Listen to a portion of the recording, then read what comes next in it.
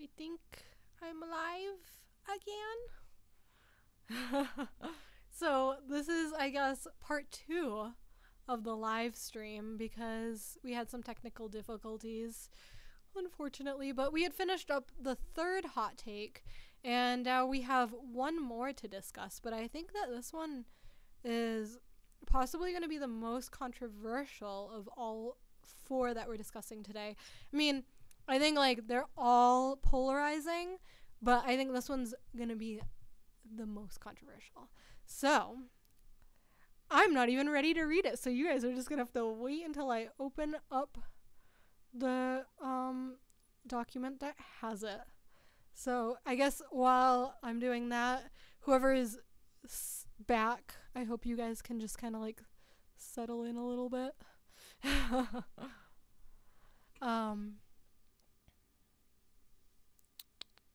How's everyone doing tonight?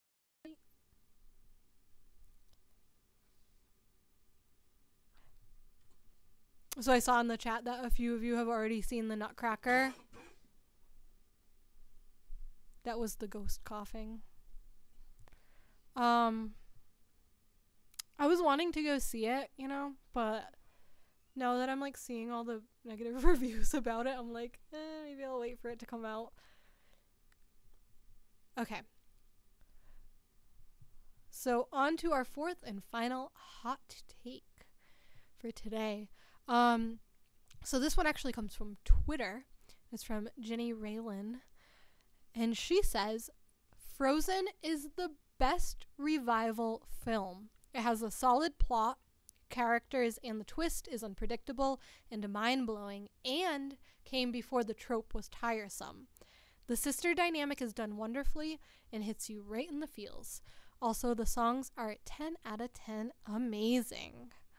Okay, so the revival era, at least as defined by Network 1901, we consider Bolt part of the revival era.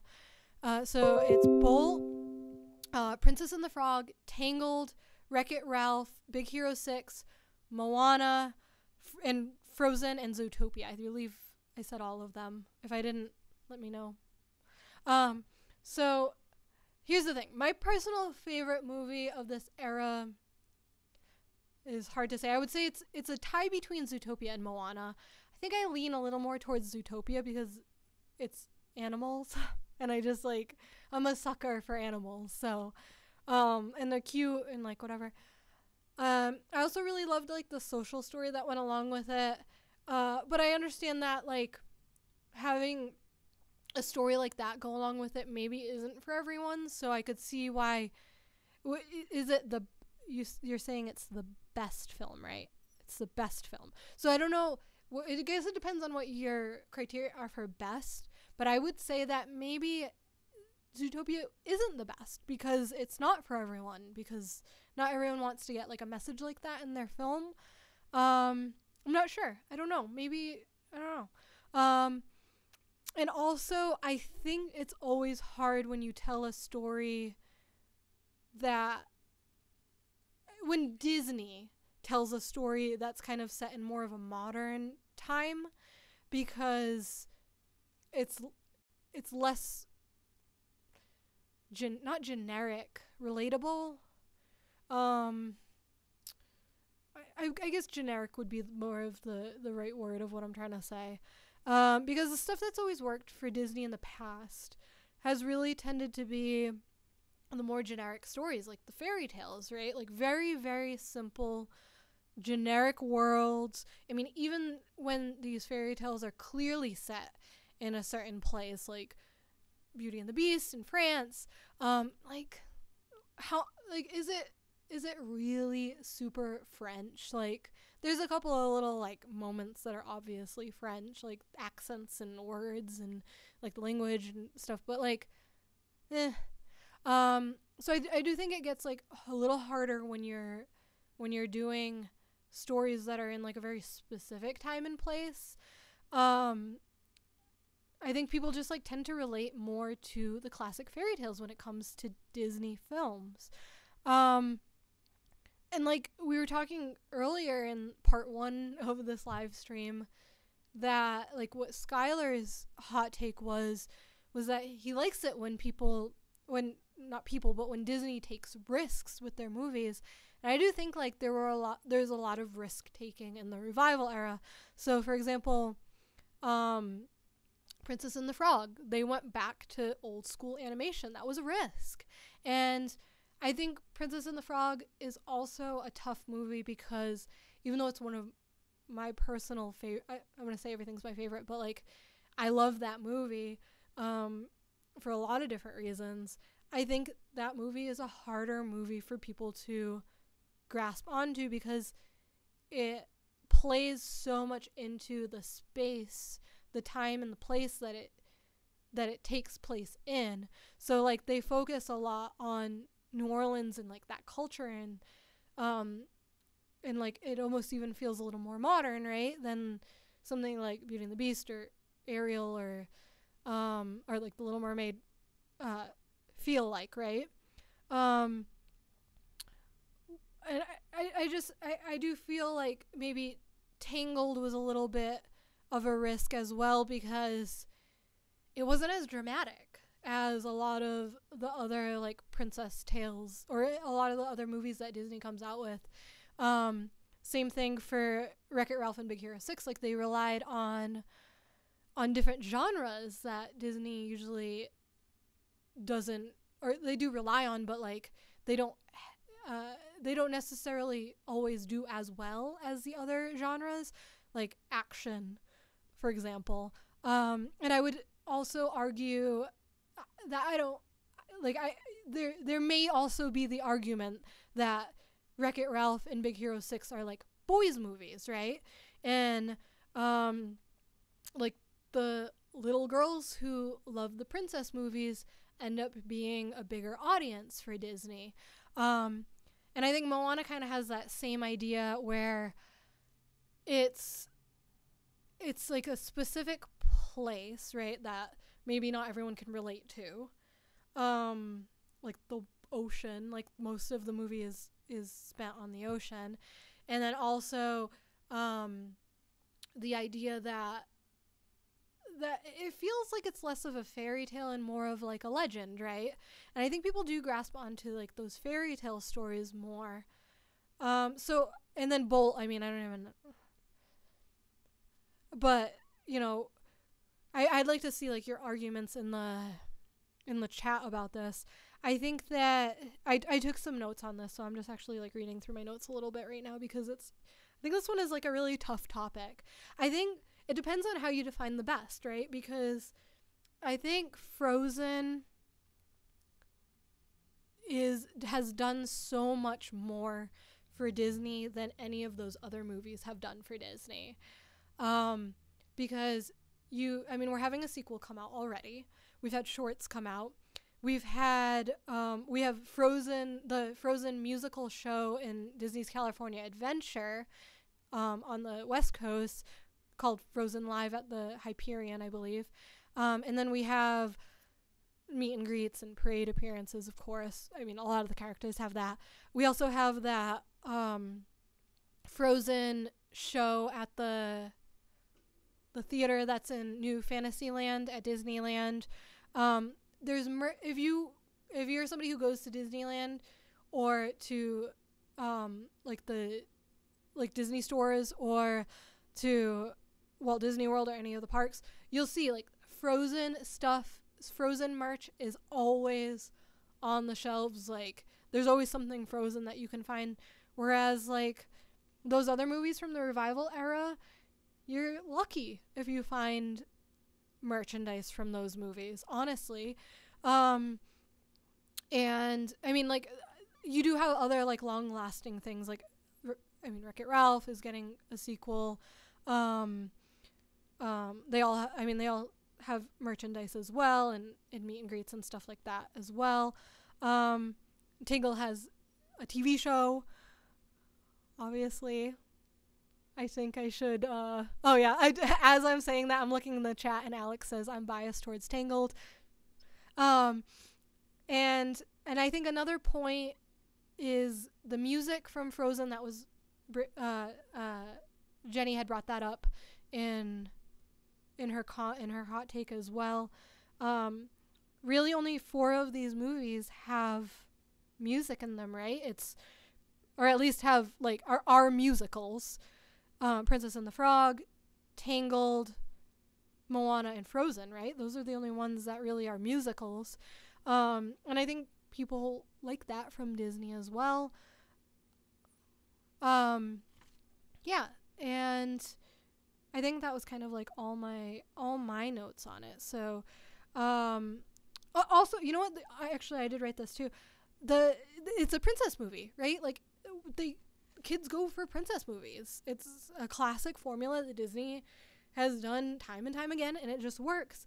And if you look at the other princess movies, 2 of the princesses, Princess and the Frog and Tiana and Moana, they're minorities. And like the minority princesses typically in the past just haven't had that kind of draw as much as like the other princesses have. I think that's worth saying. And then with Rapunzel, I mean, what would you say? Like, what's the difference between Rapunzel as a princess and Elsa and Anna? I mean, I guess, does she not have as pretty of an outfit? I'm not really sure why that she doesn't resonate as much. I think actually, you know what? I think Rapunzel tends to resonate with an older audience. So like maybe 20s and older, whereas Elsa and Anna really, especially Elsa, tend to resonate with children more. And why is that?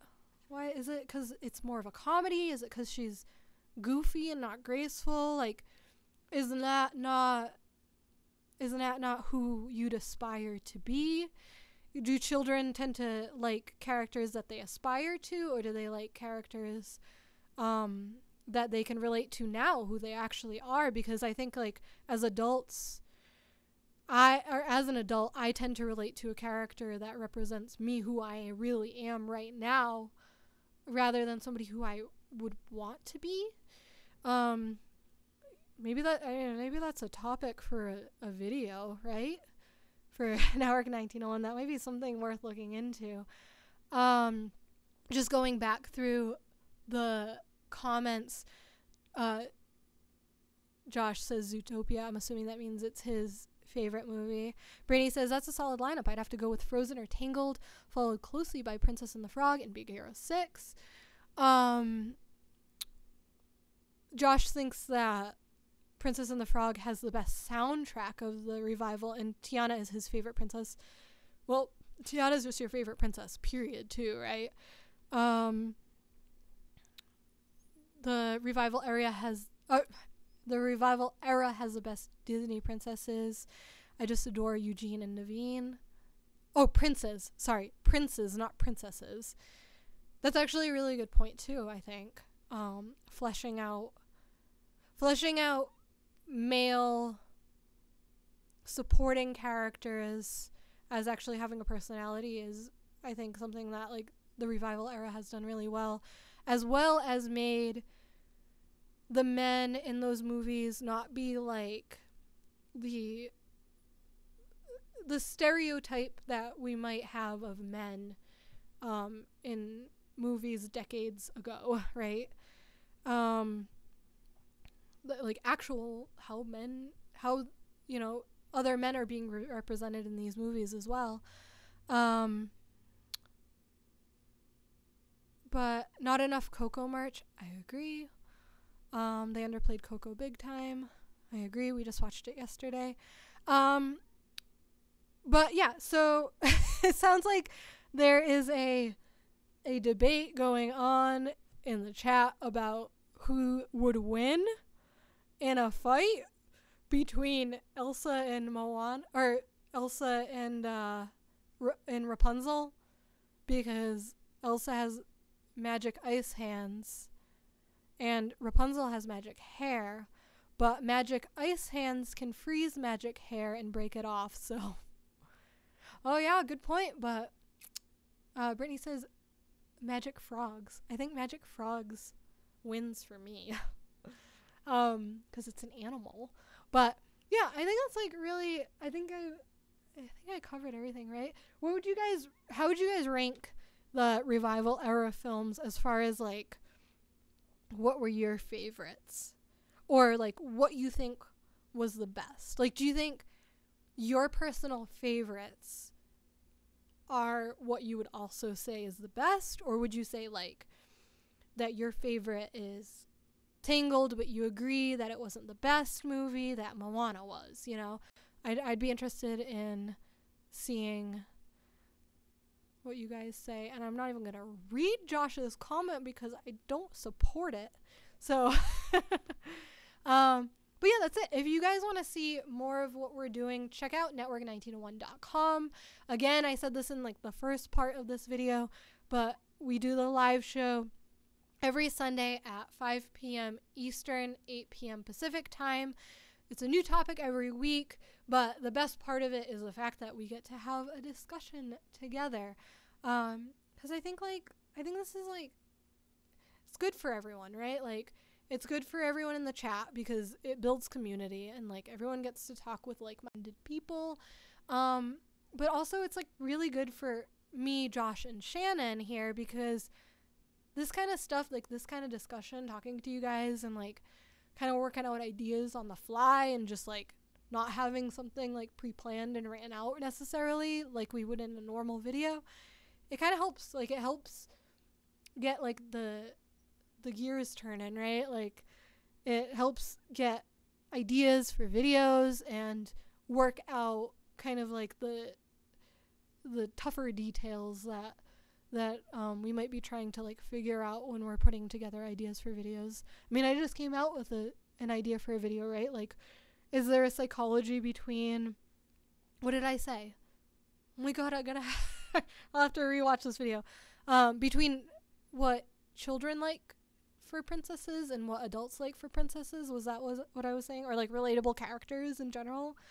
That might be a video idea, right? That like there's information out there on that hasn't been really necessarily put into a video before.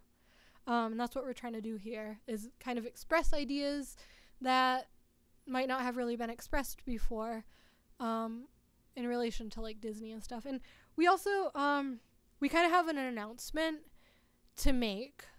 We announced it on podcast 1901. I'll just briefly mention it here because this is actually going to be going away. So whoever is in the chat now or whoever watches this on the replay, you're going to like know about this before anyone else.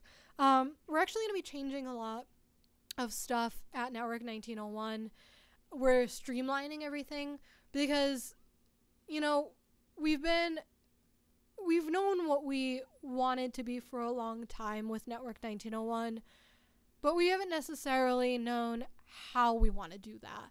And we've really come together, me, Josh, and Shannon, and put together a really great plan to become the most like optimized Network 1901 that we've ever been. So like, you know, we're Network 1901. We're a network. We're a channel that you come to that should have, a network implies that we have different shows. So we're actually going to be reformatting the YouTube page. All of the new videos that we have planned to be coming out in the next few months are going to be part of different shows or series, as we'll call them. And it'll just be like easier to kind of sort through the content that you want to watch. So right now you can go to the front page of the Network 1901 YouTube page and you can see that we have History of a Disney Princess. We have theme park history as different shows. So it's basically just going to be building from there. Instead of having the playlists divided by topic, it's actually going to be very, very specific topics. And yeah, we're going to be just really building those up in the next few months. The podcast is also going to be more streamlined as well. So go check out Network 1901 anywhere you listen to podcasts or at network1901.com. And I think I've said a lot of things. So for everyone who is still with me, Thank you guys for watching, and until next time, hurry back. And now I have to awkwardly go over here to stop the stream. Oh.